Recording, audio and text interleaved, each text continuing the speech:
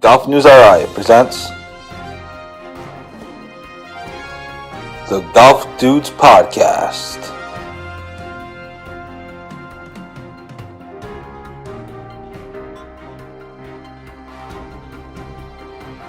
Here are the dudes. Hello, everybody. Welcome to another episode of the Golf Dudes Podcast. Happy Thursday. Happy mid-March. Golf season is nearly here. You can feel it. Golf courses are opening. Driving ranges are opening. People are out playing. It's not totally freezing out. So happy mid-March. Happy Thursday. This is the Golf Dudes Podcast. I'm Joe Calabro, of course. Thanks for tuning in. Hope you're all having a great week so far and looking forward to the weekend and maybe even playing some golf this weekend. So that's definitely exciting. But anyway, a lot to get to. Just me today. We have the big announcement on Wednesday from the USGA. We have Will Dickson is just finishing up his G Pro Tour round down in Georgia. And then we have Davis Chatfield, also in Georgia, coincidentally enough, playing in this week's Korn Ferry Tour tournament. I believe it's called the Club Car Championship. At the time of this taping, he hasn't teed off yet. So we'll do some of that and a few other things as well as we go along here on the show. But thanks to everybody for tuning in. First of all, we should say that the Golf Dudes Podcast is presented by Link Drinks. Link Drinks is best known for their transfusion in a can. The transfusion is vodka, ginger ale, and grape juice, all mixed up into one refreshing beverage. Of course, Link Drinks has two other flavors, the front nine and the back. The front nine and the back nine. The front nine has orange juice, and the back nine has cranberry juice. So check out Link Drinks at liquor stores and golf clubs near you. And it's a great thing to have with you while you're riding along and playing some golf, or perhaps you're watching the NCAA tournament. Either way, Link's Drinks is what you need.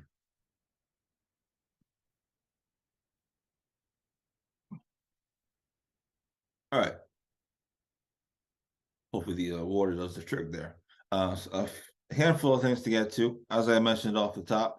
But first, we got to get to the big news from yesterday, or from Wednesday, which was the big announcement from the USGA as they're making changes to the amateur qualifying. So that involves the U.S. Amateur, the Women's Amateur, and the boys and girls junior amateurs, obviously, respectively. So it was big because it obviously affects the Rhode Island Amateur. So starting and as they announced and as we confirmed, and got some feedback from some of the top players in the state, starting in 2024, the winner of the Rhode Island Amateur and the Women's Amateur will get exemptions into the U.S. Amateur and Women's Amateur, respectively.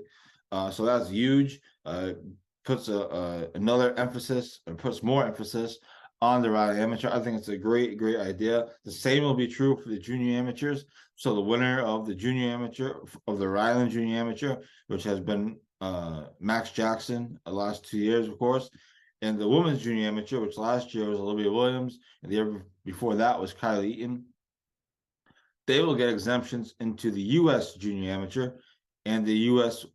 girls junior amateur. Obviously, Max played in the junior amateur last year at Bandon Dunes, and one would think he'd be a favorite to get there from Rhode Island again this year, but he'll have a great chance to get back. There's also, of course, other qualifying,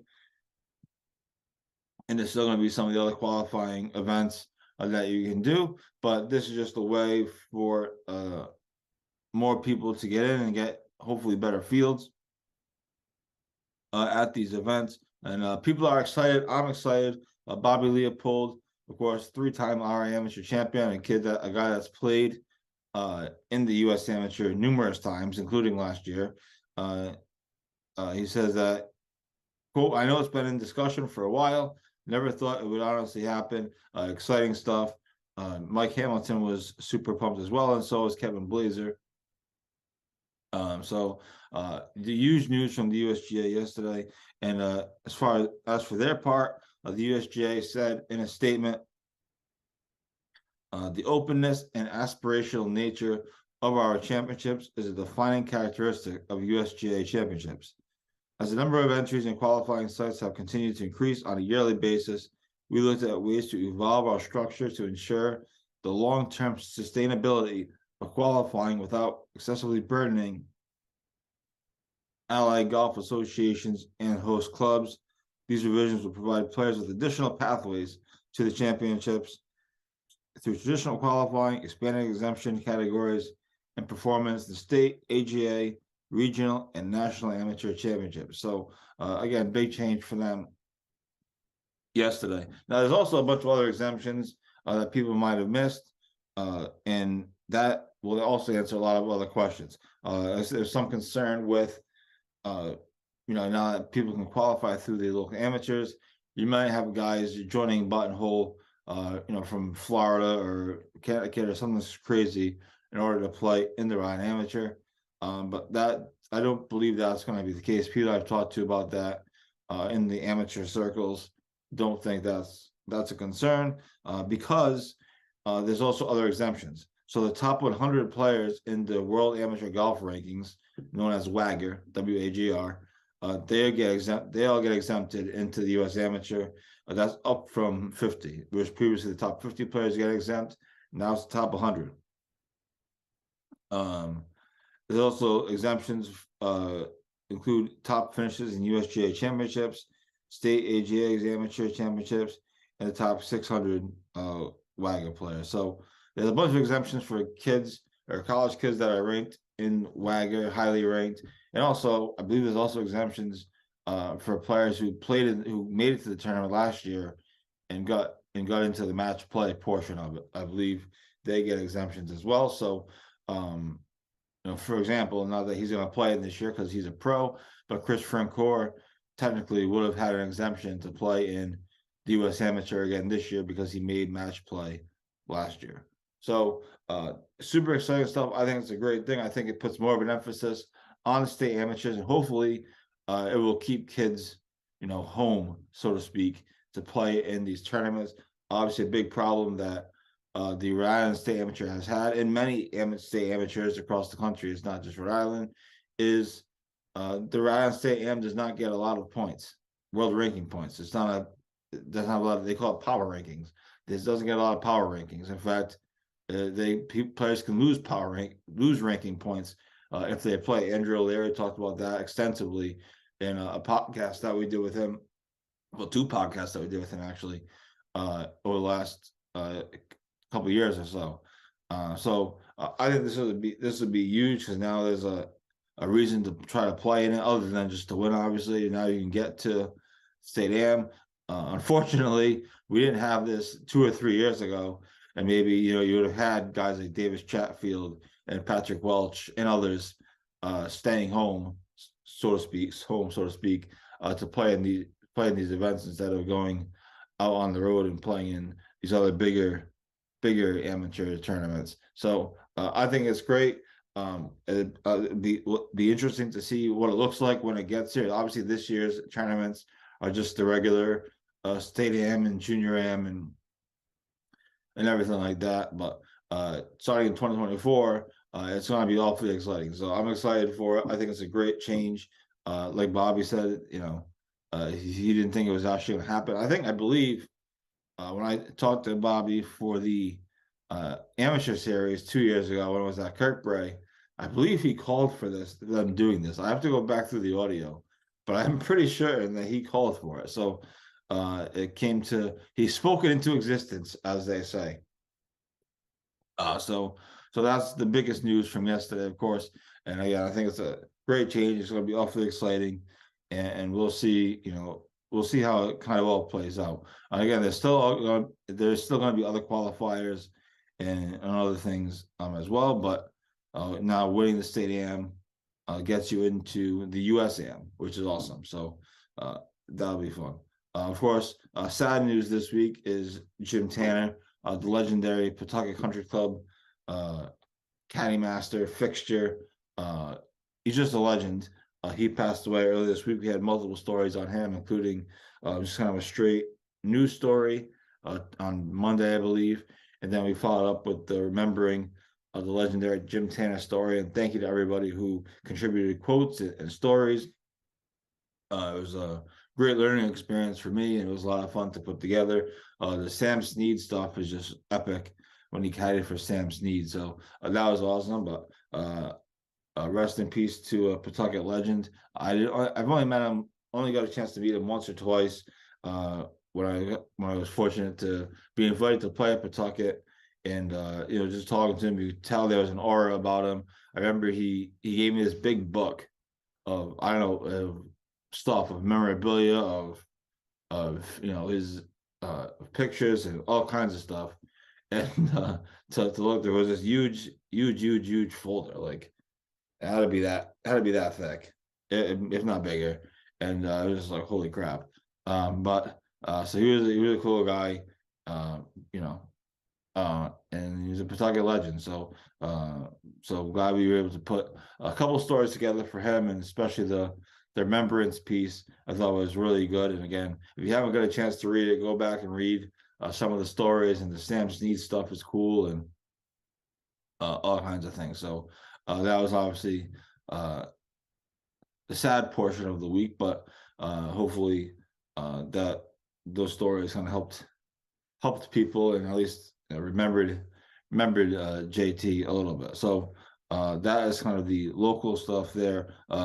As I mentioned, Will Dickson was playing in the Augusta Open today down in the G Pro Tour. He actually has missed the cut, unfortunately.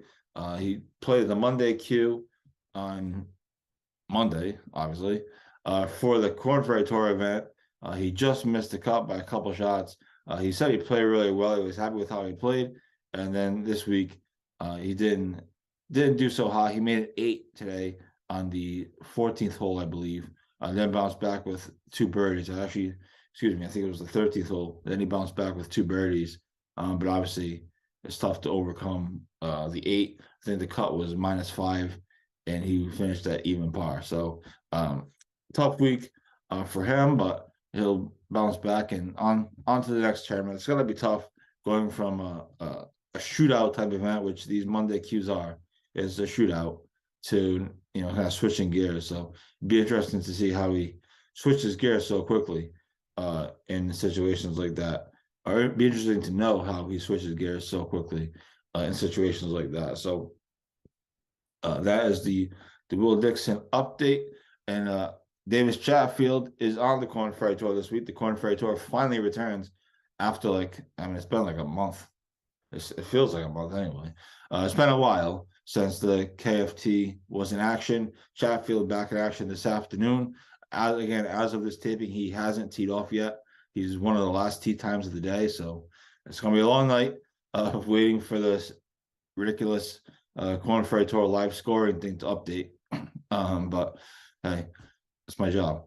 So he's playing the KFT. He's only got 3 tournaments left after this, as far as his exemption goes. So, obviously he had his struggles at the first few tournaments for sure. He did make a couple of cuts, which is good. He earned some money, but we'll see if he can kind of kick it into gear now in these last few tournaments and try to get inside the reshuffle. Again, the Korn Ferry Tour reshuffle happens after every 4 tournaments. They reshuffle kind of the rankings, if you will, to see who continues to get exemptions. Right now, obviously, Davis is outside that reshuffle. So there's a reshuffle, I believe, after this tournament, and then he's up 3 more or whatever it might be. So, anyways, the point is, he's gonna hopefully start playing better. He's got to be a little more comfortable now, understanding how kind of it works and the tour life and the pro life. So it'll be interesting to see in these final couple tournaments, at least as far as his exemption goes, how he does, and if he can get inside kind of that reshuffle, which takes place in about a month. So there's that. So we'll have that tracked, of course, into the evening tonight, and hopefully he gets off to a good start and plays well and kind of turns the ship around. So that's kind of where we are on local stuff. One announcement or one promotional thing for everybody.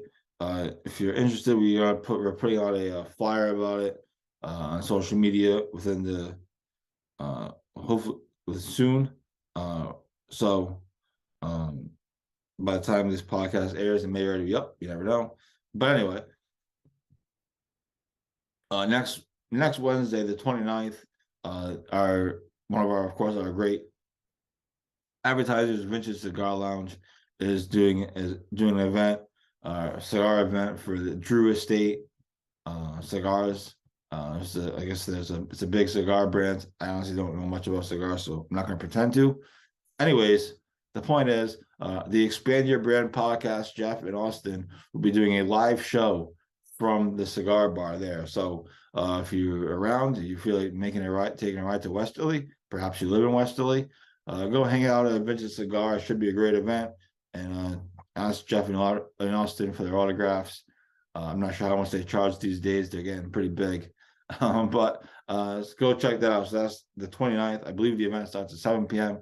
Again, we'll have social media action for it, and we'll be promoting it. And again, by the time this podcast airs, might already be out. So there's that coming up next week that we're definitely looking forward to. So with all that said, I want to take a quick commercial break here, and we'll come back. We'll do some Dell Technologies match play talk and some other news and notes from a busy week in golf and in sports, of course. So this is the Golf News Podcast. I'm Joe Calabro. Stay tuned. We'll be right back. Billy Andre joins the show. Billy, thanks so much for doing this, and we appreciate you taking the time. Well, thank you. Thanks for having me. I'm excited. I'm very excited to be joined by an 11-time Emmy Award winner, and that is Armin Katayan. Massachusetts Women's Amateur Champion Allison Paik. The days of the country club just being golf and maybe one amenity are gone. Unfortunately, Metacomet doesn't have those.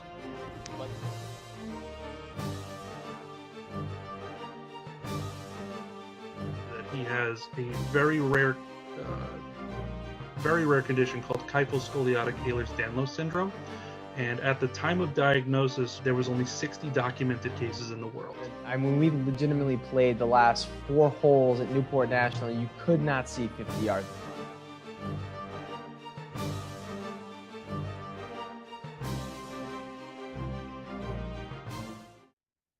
And welcome back to the Golf News Podcast, presented by Link Strengths. Thanks everybody for tuning in. Of course, check out Link Strengths if you're looking for something to sip on or chug.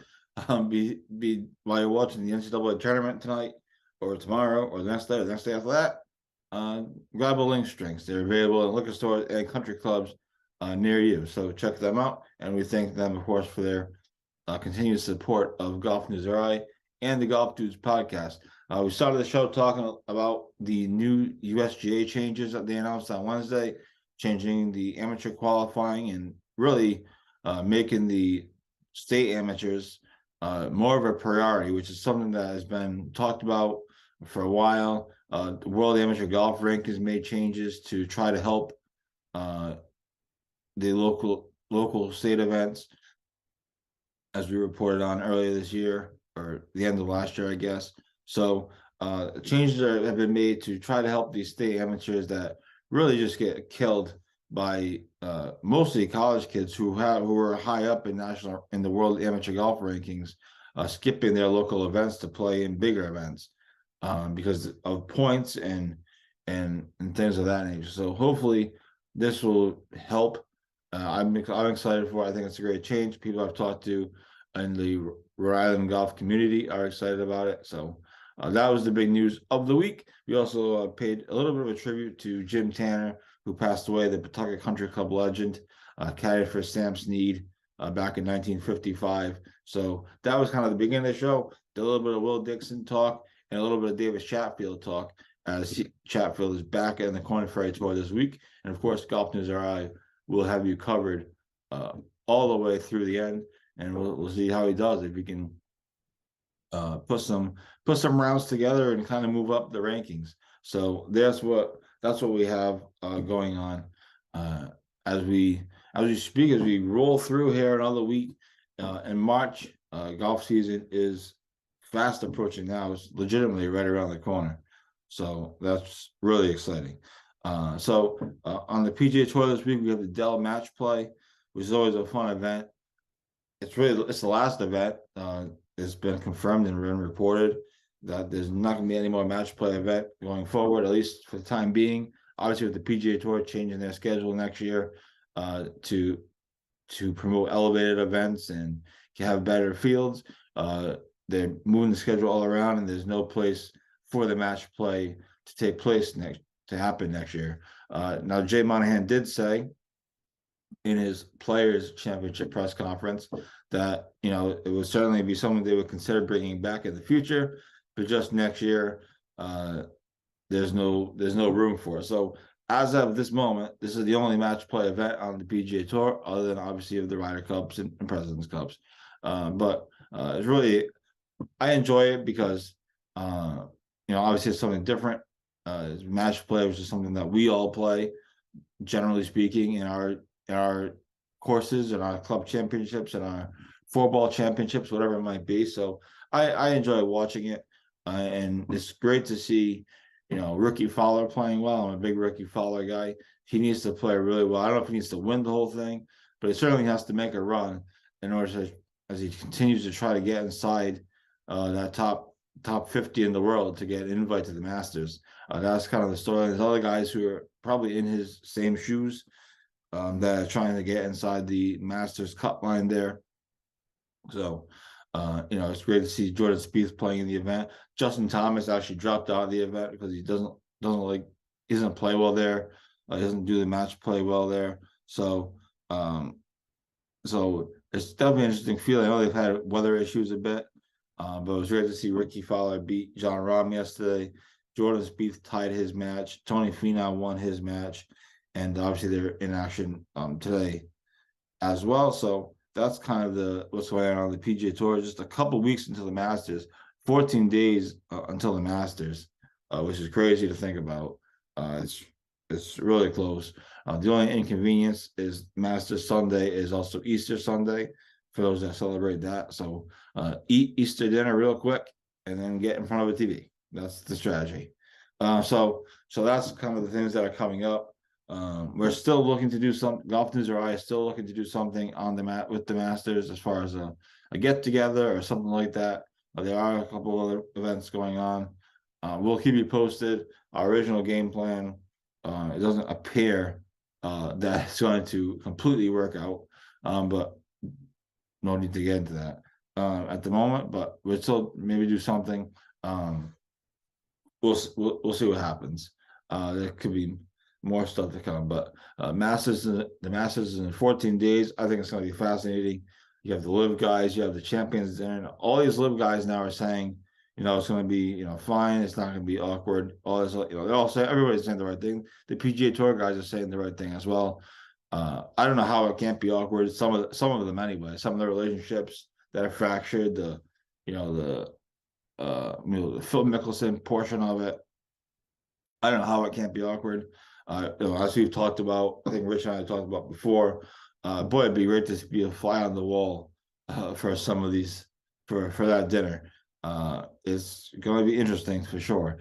So yeah, people are saying that it's not going to be awkward. I don't know how, but maybe it won't be. Either way, the whole week is going to be fascinating. The lead up to it, the golf is going to be the golf. It's fascinating anyway. Just because it's the Masters, it's Augusta National. Everybody knows every hole, what every hole is, what it does. We even know some of the putts at this point, and all the years that we've been watching it. But it's going to be an interesting thing. But obviously, have the match play this week. We have a live golf event next week in Orlando. So, and then after that, it's pretty much on. So that'd be cool. So that is where we are with everything. Thanks everybody for following along all week. And it's golf season's coming. We're going to be on top of everything. We're growing our content. We're going to have a lot more stuff going on. We are cruising along. Not that you guys care, but cruising along page view wise. And so it's going to be exciting. We're going to try to do more coverage, do more on-course stuff. We are expanding our team.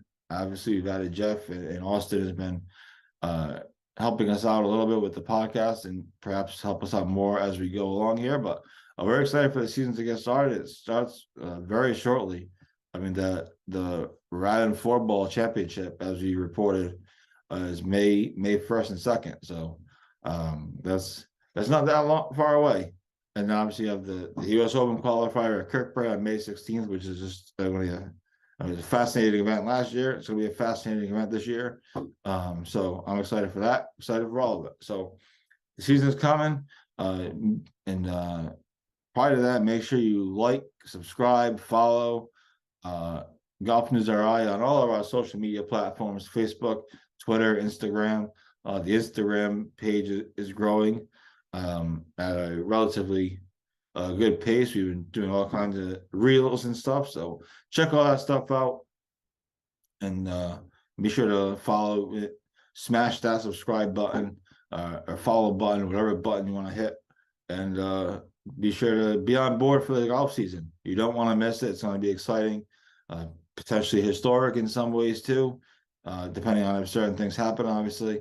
And yeah, it's going to be awesome. So thanks everybody for following along these 3 years. We're coming up on our 3-year anniversary, which is crazy.